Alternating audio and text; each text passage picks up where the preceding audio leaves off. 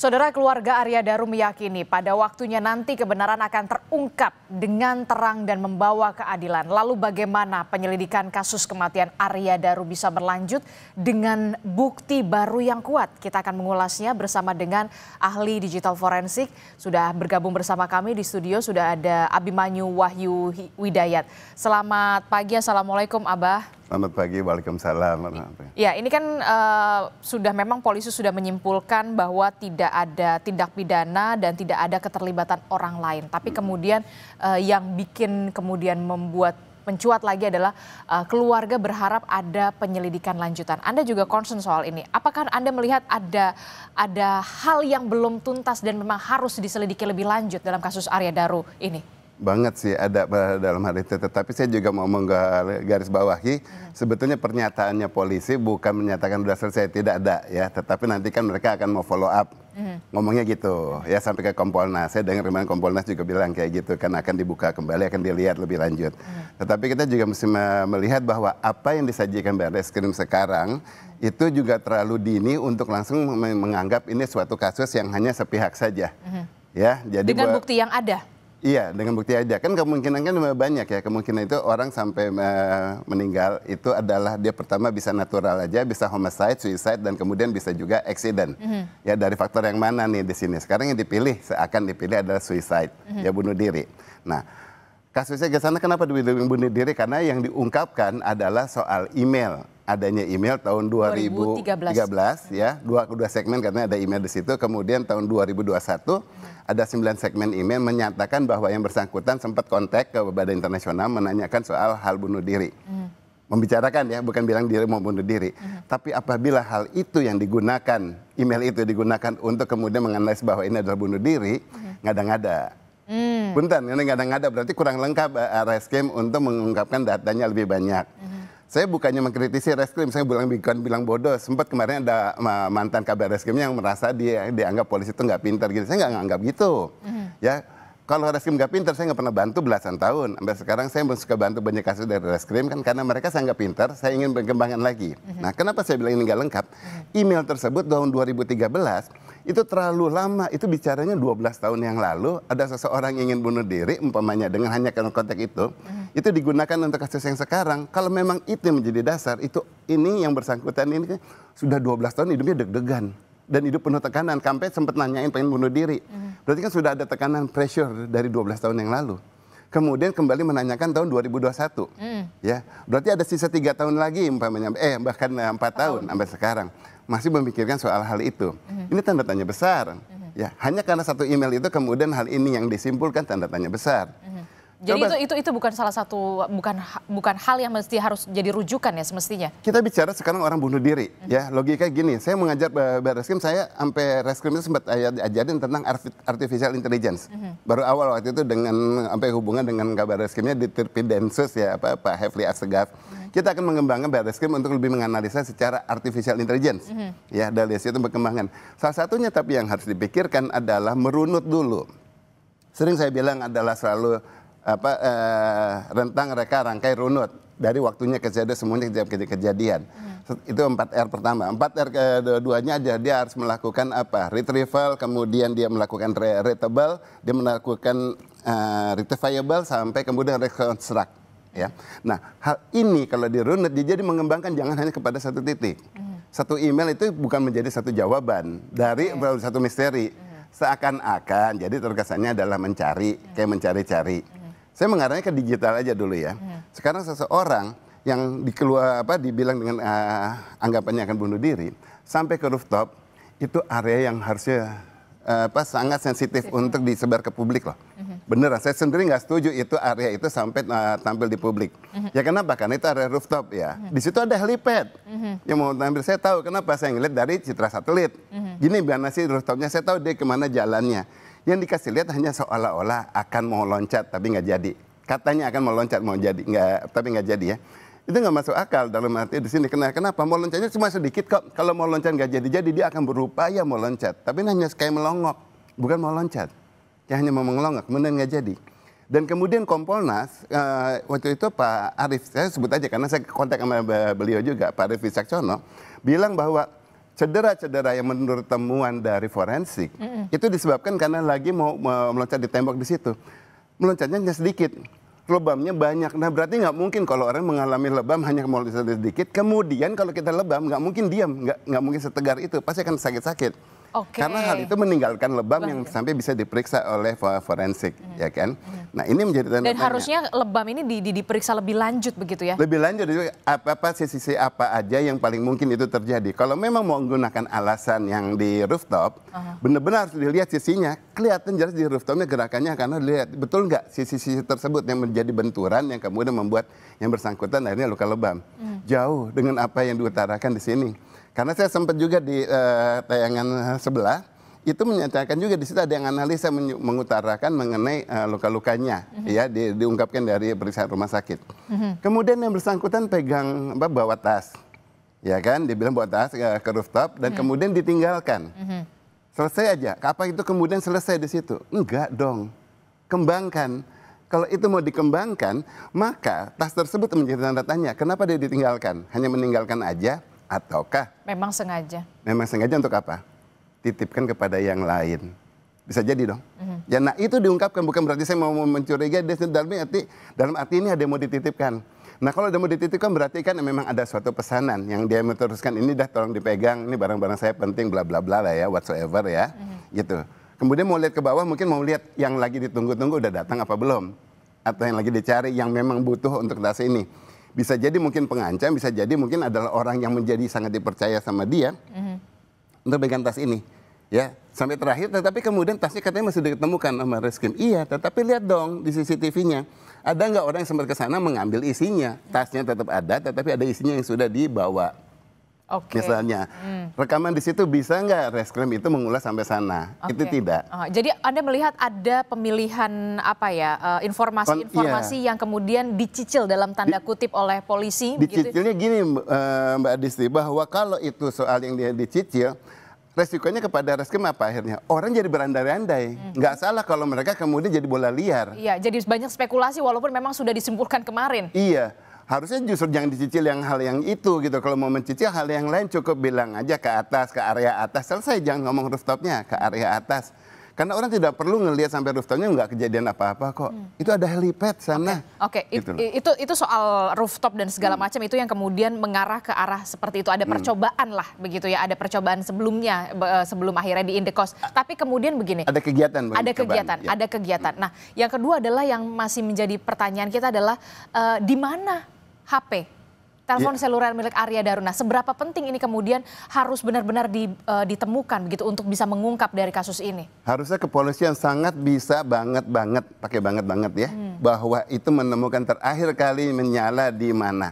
Nggak hanya sedang hilang, karena itu AP yang aktif. Ya kelihatan kok di operator seluler yang bersangkutan, entah pakai apa, bisa kelihatan. Terakhir kali terpantau di mana, di BTS apa ya, Base Transfer Station, bisa ketahuan dia di mana. Berarti dia ada ke area sana. Berarti apakah kebawa di taksinya? Apakah mungkin dititipkan kepada orang, dibawa ke orang, dititipkan itu kemudian disimpan sama orang itu dimatikan. HP hilang, sinyal sama abnormal N ataupun normal N itu kelihatan semua di operator seluler. Operator seluler itu digital, itu memang memantau hal yang kayak gitu. Dan sebenarnya bisa untuk dicari dan diselidiki? Bisa, memang karena lokasi tersebut memang bicara kerjanya seluler di situ. Saya pernah kerja di seluler, jadi tahu gitu loh. Jelek-jelek gini data center manager dari salah satu seluler. Jadi seharusnya bisa diungkap gitu ya? Ke arah sana dong, gitu ya. Harusnya lihat ke arah sana. Sekarang kita lihat mengenai kejadian yang bersangkutan saat di tempat kosnya. Kembali dari ke tempat kos aja cuma dibilang jam 23.23 ya. Emang nggak kelihatan di CCTV. Dan kemudian kalau itu mau disembunyikan, nah itu krusial. Gimana mau krusial? Orang buang sampah direkam kok, disebarkan. Tapi saat pulang dari kantornya harusnya kelihatan. Nah itu belum terlihat ya? Nggak kelihatan. Ya waktu pulang dari kantornya. Kemudian saat dia membawa tasnya, seakan-akan saya dibilang buang sampah ya. Kok kata-katanya buang sampah? Pertanyaannya kata-katanya kenapa buang sampah? Kenapa? Karena harusnya membawa tas ke depan. Selesai nggak ngomong buang sampah. Karena seseorang rajin amat buang sampah sampai dibawa ke depan, keluar taman. Itu kan ke arah halaman depan kan. Mau saya buang sampah jauh di situ. Buang sampah deket-deket aja. Yang memang dekat situ. Di depan kosan. Diperhatikan kebiasaan yang bersangkutan silahkan dicek. Biasanya buang sampah kemana? Dan kemudian kalau mau dilihat, mau periksa baru kali ini nih di Kompas TV saya utarakan. Sampah seberat apa yang bawanya sampai begini-begini. Bawanya kalau sampah tuh isinya enteng. Kalau itu kecil juga cuma sampah. Sampah sehari 2 hari kan orang nggak akan mungkin menyimpan kan. Nggak akan sampai seberat itu. Tapi sampai dibawa ke depan. Jadi menurut Anda ada yang susah dibawa ke depan. Ya, kemudian itu entah kenapa dan untuk apa. Ya, kemudian kalau itu diulas langsung kemudian katanya kepolisian reskrim sudah mengulas dan dilihat tahu isinya. Hello, kejadiannya malam kan tanggal 8. Ya, polisi baru memeriksa berikutnya, ya kan? Nah, baru diperiksa berikutnya sudah ada konfirmasi belum tukang sampahnya ngambil jam berapa? Tukang sampah nggak ada yang ngambil siang-siang, rata-rata pagi-pagi banget. Ya, nah kalau sudah diambil berarti harusnya udah kosong, nggak mungkin isinya itu ketahuan di sana sudah diambil. Tukang sampah kan nggak tahu ini sampahnya siapa, semua ada apa diangkut. Kalau memang ditemukan berarti sudah ditemukan di tempat yang lain, udah ada konfirmasi belum? Menurut saya konfirmasi maksudnya dalam hal skenario itu jangan dibikin jadi skenario baru ya, dalam tanda kutip. Jadi di sini harusnya memang benar-benar ketahuan. Jadi tapi polisi mengatakan tidak ada yang dipotong CCTV ini. Kalau menurut Anda? Oh, dipotong lah. Buktinya cuma kelihatan seberang sampah dan kemudian nggak kelihatan kok dia buka dari pintunya. Itu luas, harusnya memang kelihatan dari pintunya dia. Kalau dibilang layarnya memang hanya ke sana. Berarti sebenarnya point of view-nya sebenarnya... Iya. Dari angle-nya aja kelihatan, dari angle kameranya. Apakah itu benar-benar luas apa enggak? Kalau hanya sedikit memang dari kosannya hanya memonitor yang lain, yang areanya dia nggak dimonitor, berarti kan seakan-akan dia memang tidak mau dipantau oleh pihak manapun, sampai orang kosan aja nggak mau ke arah sana. Kan enggak, pada saat itu kan masih normal-normal aja. Nah, kita berpikirnya gini, kita tidak menolak pernyataan Barreskrim, kayak gitu nggak menolak, tetapi kita harusnya justru memikirkan Barreskrim baru mampunya sampai informasi seperti itu. Mari kita bantu kembangkan. Nah, bukti apa yang harus digali kembali, kemudian fakta-fakta apa lagi yang kemudian harus bisa digali lagi oleh penyidik dari polisi dalam hal ini untuk bisa melakukan penyelidikan lebih lanjut sesuai dengan harapan dari keluarga Arya Danu. Bunuh diri itu sesuatu yang benar-benar sangat tanda tanya, bagi keluarga juga nggak ada yang siap ya. Nauzubillah, semoga nggak kejadian di keluarga saya dan di mana-mana. Keluarganya juga tidak menerima hal itu. Tetapi bayangkan bahwa kalau seseorang bunuh diri, dia tahu bahwa kali ini setelah dia bunuh diri dia tidak ada lagi, orang akan bertanya-tanya kenapa dia meninggal, ya gitu loh. Apalagi dia orang terdidik, begitu ya, seorang diplomat. Jadi apa yang akan dilakukan?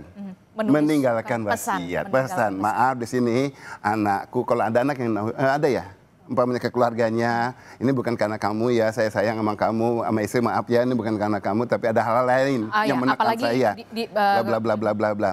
Itu ditinggalkan di sana karena dia tahu tidak akan ada yang lihat, umpamanya aman banget, dia akan simpan di amplop, jadi orang akan membaca semuanya, tahu udah kejadian udah selesai, dan itu yang harusnya ditemukan oleh kepolisian, harus ketemu sekarang dan kemarin dari laporan tersebut. Kalau dibilang, oh iya sekarang ketemu, hello, selama ini kan udah kasih polis lain, nggak mungkin hilang itu dokumen, ya harusnya itu yang ada. Kenapa? Karena meninggalkannya dengan bersiap-siap banget. Katanya sampai belit banget tape-nya. Kompolnas bilang gitu, ketahuan beli tape-nya di suatu kota, daerah Jawa Tengah, ya tape-nya di situ udah menyiapkan. Berarti udah ada persiapan semua. Pasti akan dipesankan minimal ke keluarganya, minimal ke teman yang sangat dekat. Pasti punten ya, minta maaf ya. Kenapa kalau memang sudah persiapan, sudah well prepare itu? Iya dong. Iya dong, logikanya dia akan meninggalkan seorang teman baik, umpamanya nggak cuma satu, pasti teman pilihannya ada atau yang dekat dari siapa, semuanya akan dia sampaikan. Nggak broadcast juga mungkin ya, tetapi namanya pasti minimal kalau ada apa-apa yang penting lo yang paling tahu kayak gini misalnya. Nah itu digali ke siapapun yang memang kontak sama yang bersangkutan. Ya, dari nomor di sini gimana? Oh nggak kelihatan dong nomor di sini kan HP-nya hilang. Hello, operator seluler tinggal dicek dia nelponnya kemana aja. Ya sekarang ya, mana aja itu ketahuan berarti teman-temannya di mana. Ada Facebooknya, hello ataupun apa ya bisa dilihat linknya. Tapi kalau media sosial tampaknya dia tidak terlalu aktif di media sosial. Nggak aktif, nggak peduli aktif apa enggak. Sejauh kita masih ada kontak friend to friend-nya di Facebooknya di situ, ya itu bisa kelihatan di aplikasinya kepolisian, ya. Celebrate UVET, udah aja saya langsung bilang itu pakai aplikasi itu kelihatan ini ngobrolnya sama siapa saja.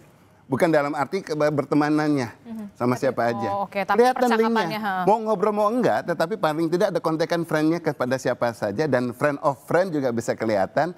Dari situ bisa ditanya, terakhir pernah ada nggak sih omongan-omongan siapa yang mau saya naikkan karena mau meninggalkan dunia ini gitu loh. Seakan-akan jadi dunia dia tidak indah kan. Berarti kan itu menjadi tanda tanya ke lingkungannya malah gitu loh. Walau teman-temannya ada yang sempat umpamanya bercandaannya kasar dikit, kemudian hanya biasa, sekarang ini orang meninggal. Yang itu kan ngomong kasar dikit, aduh apa gara-gara gua ngomong kayak gitu dia meninggal. Kan jadi bertanda-tanda sama semua. Termasuk soal 2 orang atau 1 orang yang sebelum dua orang ya, laki-laki dan iya ada yang laki perempuan. Yang perempuan. Satu namanya D, satu namanya F aja. Ya. Ini juga kita belum tahu nih karena belum diungkap sama polisi apa percakapan mereka terakhir, termasuk kemana saja. Belum disampaikan, diungkap mungkin sudah, tapi belum disampaikan kepada polisi.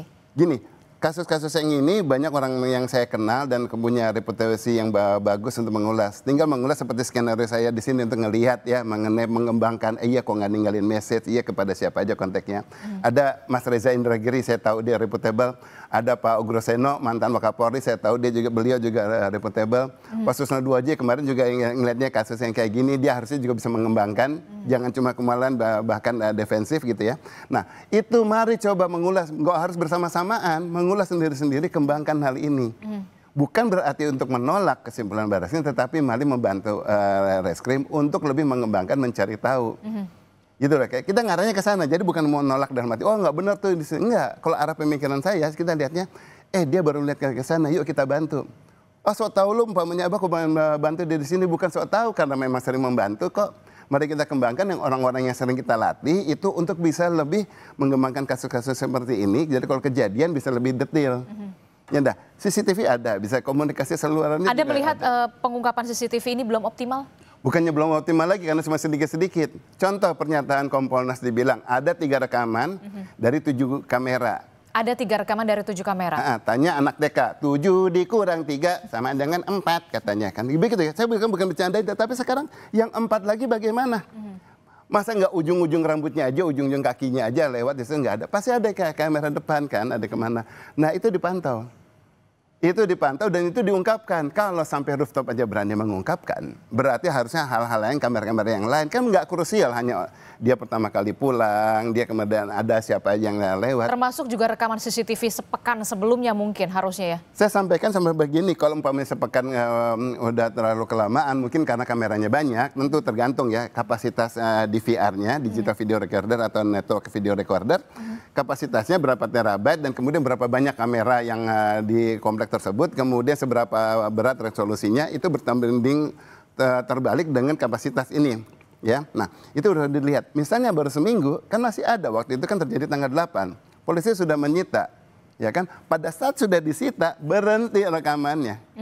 Oke, berhenti rekamannya nggak akan ketiban lagi, mau sampai tahun kapanpun, kecuali sampai hadisnya rusak. Ya, nah di sini sekarang bisa kelihatan, jadi rentang beberapa hari sebelumnya, minimal dari pagi hari, ayo kasih lihat gambar kameranya, kapan dia berangkat.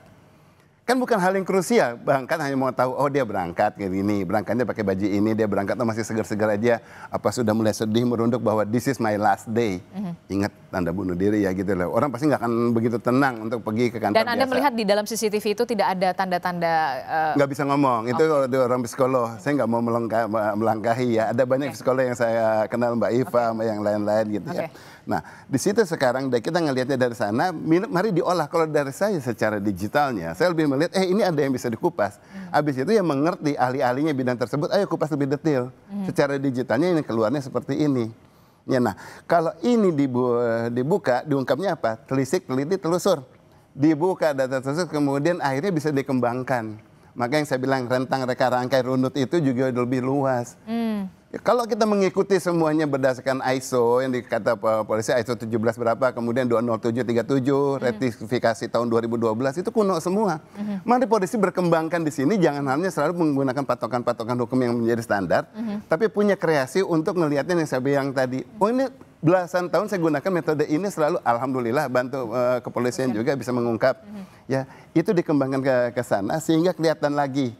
Ya dari periode waktu yang sebelumnya, minimal waktu dia turun, kemudian apa nggak ada rekamannya waktu dia di lobi, keluar mau pulang saat terakhir, waktu dia di GI, ya di Plaza GI, dia kemana, dan kemudian kelihatan semua, kameranya banyak banget.